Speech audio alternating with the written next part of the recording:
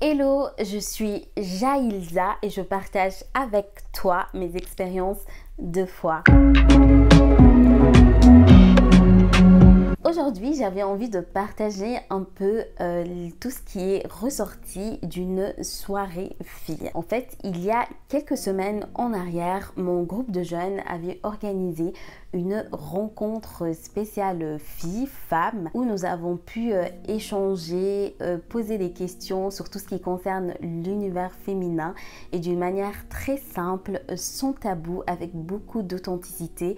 Et vraiment, cette soirée m'a apporté énormément de réponses à des questions que j'avais concernant les relations hommes-femmes, la maternité, enfin bref, toutes les questions que en tant que femme, on peut être amené à se poser à un moment ou un autre dans notre cheminement chrétien. Et l'une des questions qui est ressortie, qui m'a fortement touchée, c'était la question concernant les relations avec un non-croyant ou un non-chrétien. Cette question, je me souviens, je me posais beaucoup lorsque j'étais adolescente et c'était vraiment un sujet de préoccupation pour moi de savoir si je pouvais ou pas, s'il était correct ou pas de sortir avec un non-croyant. Aujourd'hui, cette question, je me la pose plus. Pour moi, il est clair et net que ce n'est pas la volonté de Dieu. La Bible nous déconseille fortement de sortir avec un non-croyant. Et j'ai vraiment une position et une opinion qui est très ferme à ce sujet et elle est due à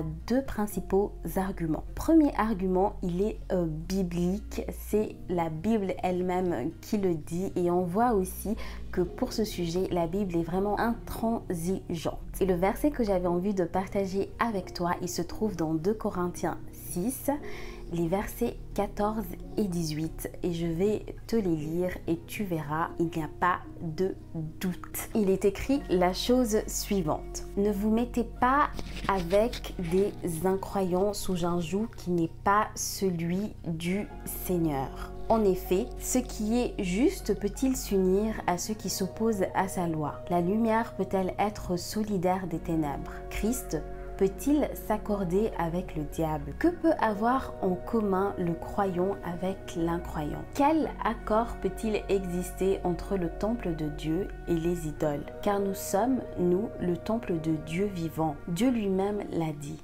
J'habiterai et je marcherai au milieu d'eux. Je serai leur Dieu et ils seront mon peuple. C'est pourquoi, sortez du milieu d'eux, séparez-vous d'eux, dit le Seigneur. N'ayez pas de contrat avec ce qui est impur. Je serai pour vous un père et vous serez pour moi des fils et des filles, dit le Seigneur, le Tout-Puissant. Donc lorsqu'on lit et qu'on prend connaissance de ce verset, on voit quand même qu'il y a un côté très dur dans ce qui est dit, mais je pense réellement que c'est pour notre bien et que c'est un conseil qui est riche en sagesse. Selon moi, ce verset, il est clair, il n'y a pas 36 000 interprétations possibles. Il nous est fortement déconseillé de sortir avec un non-croyant ou en tout cas un non-chrétien. Le deuxième argument dont est issu mon positionnement, c'est parce que pendant mon adolescence, j'ai moi-même expérimenté le fait de sortir avec un non-chrétien. Ça s'est passé lorsque j'avais aux alentours de 15 ans et notre relation avait duré presque 2 ans. Et c'était au tout début de mon cheminement chrétien, donc je venais d'être tout juste baptisée. En fait, je l'ai connu avant mon baptême et il avait même assisté à mon baptême. Ma relation avec Dieu et puis ma vie chrétienne ne le dérangeait pas, il ne s'y opposait pas, mais il ne voulait pas participer. Et moi, bien sûr, naïvement, j'ai cru que j'allais pouvoir le convertir. Et en fait, à l'époque, je comprenais pas encore très bien comment ça fonctionne, comment est-ce que la conversion fonctionne. Et bien sûr, aucun être humain ne peut convertir un autre être humain. C'est vraiment l'action du Saint-Esprit qui vient toucher nos cœurs, qui vient convaincre de notre péché et surtout nous amener à la repentance et à connaître. La conversion est vraiment une œuvre surnaturelle et on ne peut pas imiter, on ne peut pas convaincre ou convertir quelqu'un. Mais voilà, je m'étais dit que moi j'allais réussir à le faire et finalement ce qui s'est passé c'est exactement l'inverse. Je me suis éloigné de Dieu durant cette relation. Et c'est un peu le risque qu'on court lorsque on sort ou on se marie avec un non-croyant, c'est de s'éloigner de Dieu et de nous perdre notre relation avec Dieu, au lieu d'amener l'autre personne à connaître Dieu. Bien sûr, il y a des cas où cela fonctionne, il y a des cas où ça arrive que la personne amène l'autre personne à Dieu, ou des gens qui se marient avec des non-croyants et qui continuent à mener leur vie chrétienne dans l'église que je fréquente. C'est le cas de quelques femmes mariées à des non-croyants mais qui sont toujours aussi investies dans l'église et qui ont même déjà leurs enfants qui sont à l'église et eux-mêmes sont aussi investis. Mais je pense que ces cas-là font plutôt partie de l'exception que de la règle.